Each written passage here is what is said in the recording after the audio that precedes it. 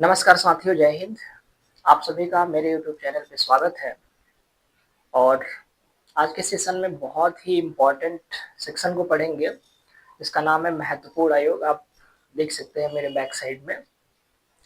यहाँ से विगत वर्ष बहुत सारे प्रश्न पूछे गए हैं। एवं मैं बता दूं आपको, यूपीएससी, यूपीपीसीएस, बीपीएससी, अदर जितने भी पीसीएस एग्जाम में अदर कोई भी कंपटीशन है, यहाँ से महत्वपूर्ण प्रश्नों की संख्या 1 या 2 आपको मिल जाएगी। और ये पूरी तरह से फैक्चुअल है, आपको रिमेम्बर करना ही पड़ेगा। ईयर याद होना चाहिए, इसके गवर्नर जनरल याद होने चाहिए। तो ये सेशन काफी इंपॉर्टेंट होने वाला है। तो आइए दोस्तों, इस सेशन को एक बेहतर सेशन बनाए और चैनल को लाइक, सब्सक्राइब और शेयर फ्रेंड्स आप करते रहिए। ओके फ्रेंड्स, तो आइए सबसे पहले हम लोग यहाँ पे देखने का प्रयास करते हैं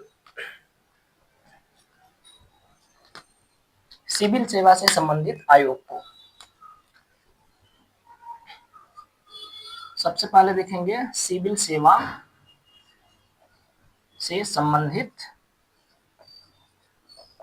आयोग।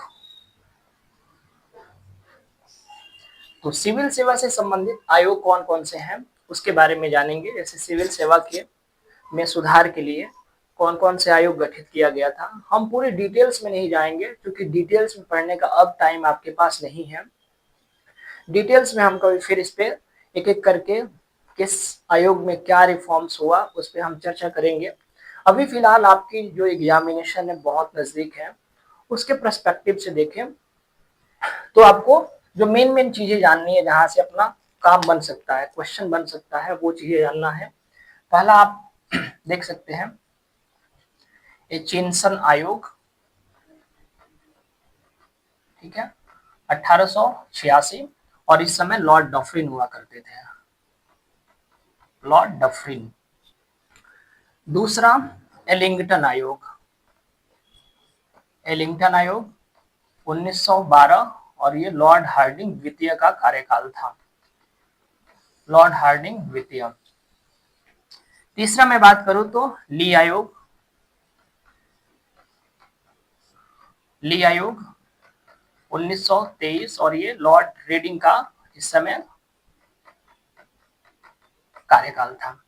तो सिविल सेवा से संबंधित आयोग यदि आपसे पूछे जाएंगे, जैसे मान लीजिए कि एचिंसन आयोग किससे संबंधित है, तो सिविल सेवा से। एलिंगटन आयोग किससे संबंधित है, सिविल सेवा से। ली आयोग किससे संबंधित है, तो सिविल सेवा से। ओके।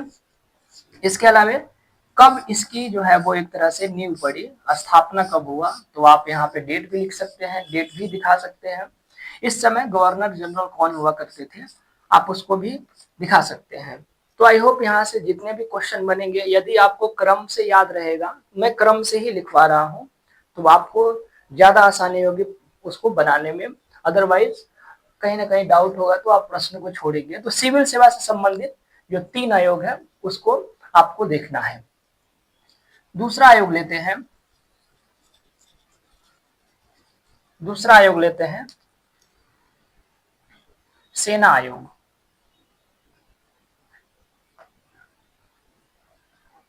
सेना से संबंधित कौन कौन से आयोग थे जो एक तरह से गठित की गई थी, उसके संदर्भ में बात करेंगे।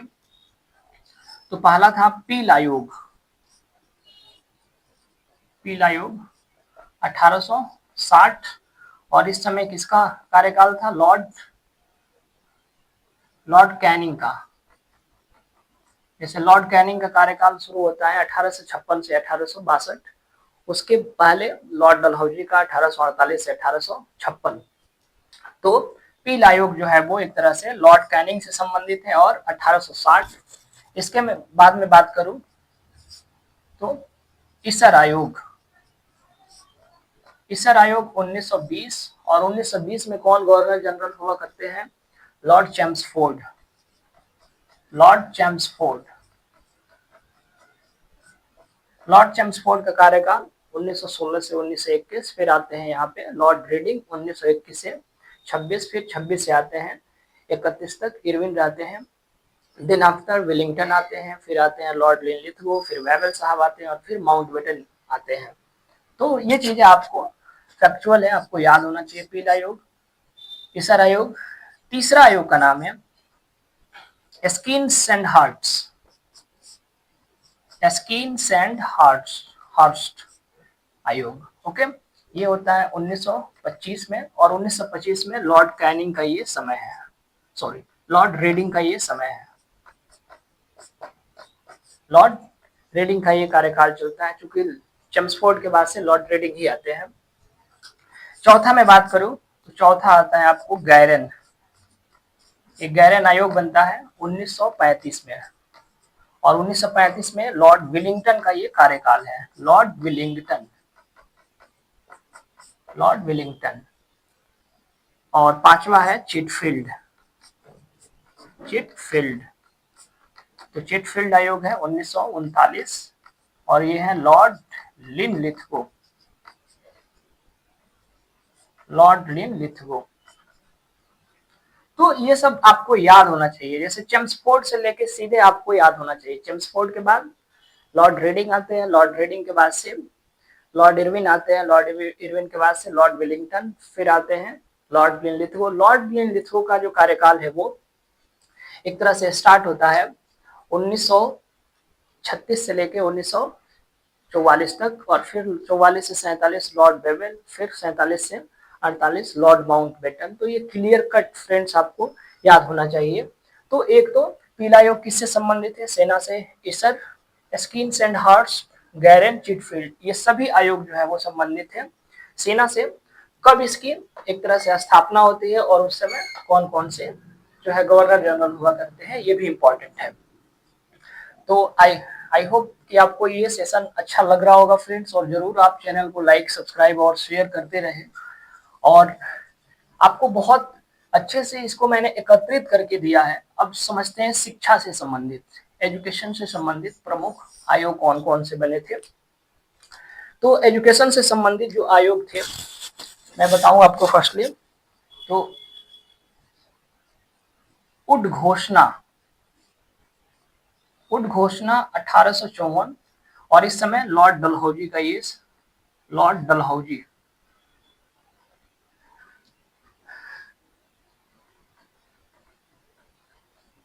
इस समय लॉर्ड डलहौजी का कार्यकाल एक तरह से चल रहा होता है। इसके पश्चात देखेंगे आप हंटर आयोग, हंटर आयोग, हंटर कमीशन 1882। 1882 में क्या होता है, 1882 में लॉर्ड रिपन का ये कार्यकाल है, लॉर्ड रिपन, क्लियर रहना है फ्रेंड्स आपको, लॉर्ड रिपन। 1880 से लेकर 1884 लॉर्ड रिपन आते हैं, फिर उसके पश्चात लॉर्ड डफरिन आते हैं, राइट। फिर उसके पश्चात आप देखेंगे कि लेंसडाउन, फिर लॉर्ड एल्गिन द्वितीय आते हैं, फिर आते हैं कर्जन साहब। इससे पहले मैं बात करूं लॉर्ड लिटन 76 से 1876 से 1880, उसके पहले लॉर्ड नॉर्थब्रुक 72 से लेकर 76, और उससे पहले थे लॉर्ड मेयो। तो इन जो इम्पोर्टेंट है, जहां पे आप ज्यादा डाउट करते हैं, उन सेक्शन को जरूर देखना है। तीसरा मैं बात करूं रेले कमीशन, रेले आयोग 1902, और ये लॉर्ड कर्जन के समय में एक तरह से होता है। इस समय गवर्नर जनरल कौन थे, लॉर्ड कर्जन। फिर चौथा कलकत्ता विश्वविद्यालय एक्ट, कलकत्ता विश्वविद्यालय अधिनियम, या फिर आप एक्ट बोल सकते हैं, 1904 में ये होता है, और 1904 में सेम आपके लॉर्ड कर्जन साहब आ जाएंगे। इनका कार्यकाल लॉर्ड कर्जन का 1899 से लेके 1905 तक है। ओके फ्रेंड्स, तो ये शिक्षा से संबंधित जो है वो अभी फिलहाल 4 अभी और इसमें है, उसको देखने का प्रयास करते हैं।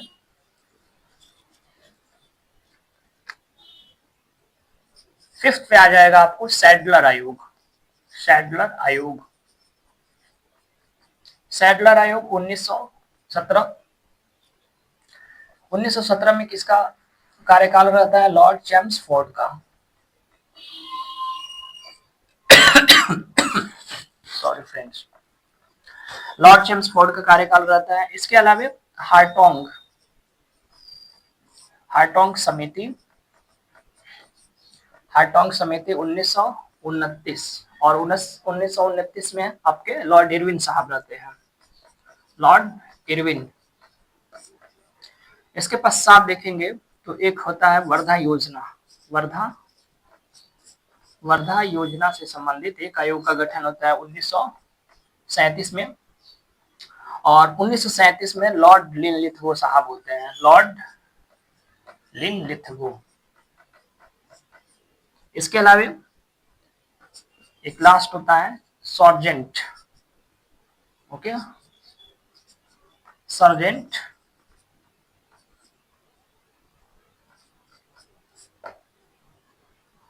सर्जेंट योजना, ये होता है 1944, और इस समय लॉर्ड वेवेल का कार्यकाल एक तरह से शुरू हो जाता है।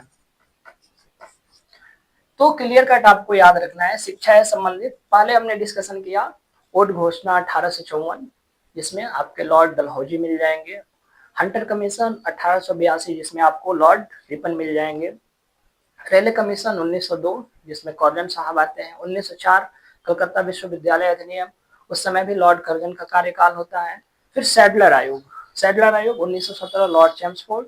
फिर हार्टोंग समिति की बात करते हैं 1929 लॉर्ड इरविन, ओके। इसके अलावा बात करते हैं वर्धा योजना जो आयोग बना था 1937 लॉर्ड लिनलिथगो, और फिर सर्जेंट योजना 1944 लॉर्ड बेबेल।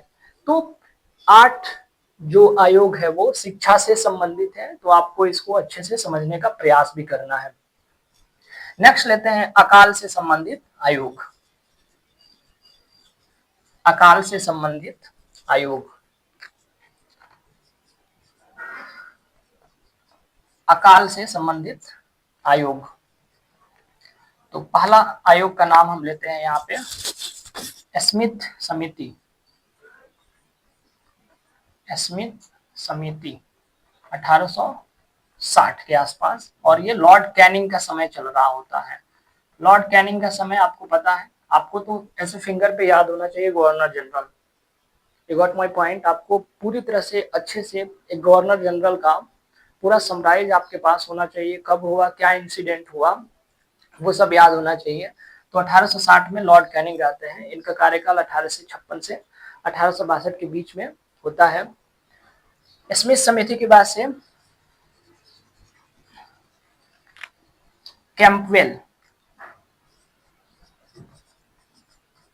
कैंपवेल आयोग का गठन होता है 1866। जॉन लॉरेंस का इस समय कार्यकाल रहता है। इसके अलावा स्ट्रेची आयोग का गठन होता है 1880, और इस समय लॉर्ड लीटन का अभी कार्यकाल चल रहा होता है। ओके फ्रेंड्स, इसके अलावा मैं बात करूं तो लॉयल, जो कि 1896 लॉर्ड एल्गिन द्वितीय का इस समय कार्यकाल चल रहा होता है। इसके अलावा मैं बात करूं तो मैकडोनल आयोग। तो मैकडोनल आयोग ये आपका 1900 में जो है वो एक तरह से इस आयोग का स्थापना होती है, और इस समय लॉर्ड कर्जन हुआ करते हैं, लॉर्ड कर्जन। एक और आयोग है फ्रेंड्स वुडहेड, जो कि 1945 में ये चलता है, और इस समय लॉर्ड वेवेल हुआ करते हैं। ठीक है, तो अकाल से संबंधित प्रमुख आयोग की भी मैंने यहाँ पे चर्चा कर दिया। स्मिथ समिति, कैंपवेल आयोग, स्ट्रेची आयोग, लॉयल, मैकडोनल और वुडहेड, इनका आपको एयर याद रखना है। इससे संबंधित जो गवर्नर जनरल है उसको याद रखना है। तो ये चीजें आपसे एग्जाम में पूछे जाते हैं, कोई भी एग्जामिनेशन हो आप देखेंगे कि डायरेक्ट जो आयोग है वो किससे संबंधित है वो आपसे पूछ लिए जाते हैं। मैं पुनः एक बार शुरू से लेकर अंत तक आपको मैं रिपीट कर देता हूं ताकि आपको अच्छे समझ में आए। ये सेशन मैंने स्टार्ट किया था प्रमुख आयोग के संदर्भ में, जैसे सिविल सेवा के संदर्भ में हमने देखा था। सिविल सेवा के संदर्भ में हमने ये देखा कि जो एचिंसन आयोग है, एलिंगटन आयोग है, ली आयोग है, इनका वर्ष देखा था। एचिंसन आयोग 1886, राइट। इसके अलावा मैंने बताया था आपको एलिंगटन 1912, ली आयोग 1923। तो ये क्रम से याद होना चाहिए। इसके अलावा अभी शिक्षा की मैंने बात की, उद्घोषणा हुआ 1854 में, हंटर कमीशन हुआ 1882 में, रेले कमीशन हुआ 1902 में, कलकत्ता विश्वविद्यालय हुआ अधिनियम 1904 में, सैंडलर आयोग, हार्टोंग समिति, वर्धा योजना, सर्जेंट आयोग, ये सारे इंपॉर्टेंट आयोग है। इसके एयर और इसके गवर्नर को आपको अच्छे से रिफॉर्म्स करना है। इसके अलावा मैंने देखा था सेना से संबंधित आयोग, जैसे पील आयोग 1860 लॉर्ड कैनिंग के समय में। इसके अलावा फिर मैंने बात किया था ईसर आयोग 1920 लॉर्ड चैम्सफोर्ड का। फिर आता है आपको skins and hearts 1925 Lord reading. इसके अलावा आता है गैरेन आयोग 1935 लॉर्ड विलिंगटन का कार्यकाल चलता है। और दिन सॉरी दिन पश्चात आता है आपका चिटफील्ड 1939 लॉर्ड लिनलिथगो। ऐसे ही मैंने अकाल में देखा था, अकाल में स्मिथ समय थे 1860 के आसपास लॉर्ड कैनिंग के समय। फिर कैंपवेल देखा था हमने जॉन लॉरेंस के समय में। फिर आते हैं स्ट्रेची 1880 लॉर्ड लिटन के समय में। इसके पश्चात आता है आपका एक तरह से लॉयल, जो कि 1896 में होता है। इसके पश्चात आता है मैकडोनाल्ड, फिर आता है वुडहेड। तो ये ईयर भी याद रखना है फ्रेंड्स, और इसके साथ साथ जो गवर्नर जनरल है उसको भी याद रखना है। मैं आशा करता हूँ कि आपको इतनी चीजें समझ में आई होगी। एकत्रित रूप में मैंने आपके सामने प्रस्तुत किया, और आपको इससे आई होप कि आपको एग्जाम हॉल में इससे कुछ ना कुछ आपको बेनिफिट मिलेगा। तो जाते जाते जरूर आप इस चैनल को लाइक, सब्सक्राइब और शेयर करें। और भी बहुत चीजें एकत्रित करके एग्जाम से पहले तक मैं आपको यहाँ पे वन शॉट में कंप्लीट कराऊंगा। ओके, धन्यवाद।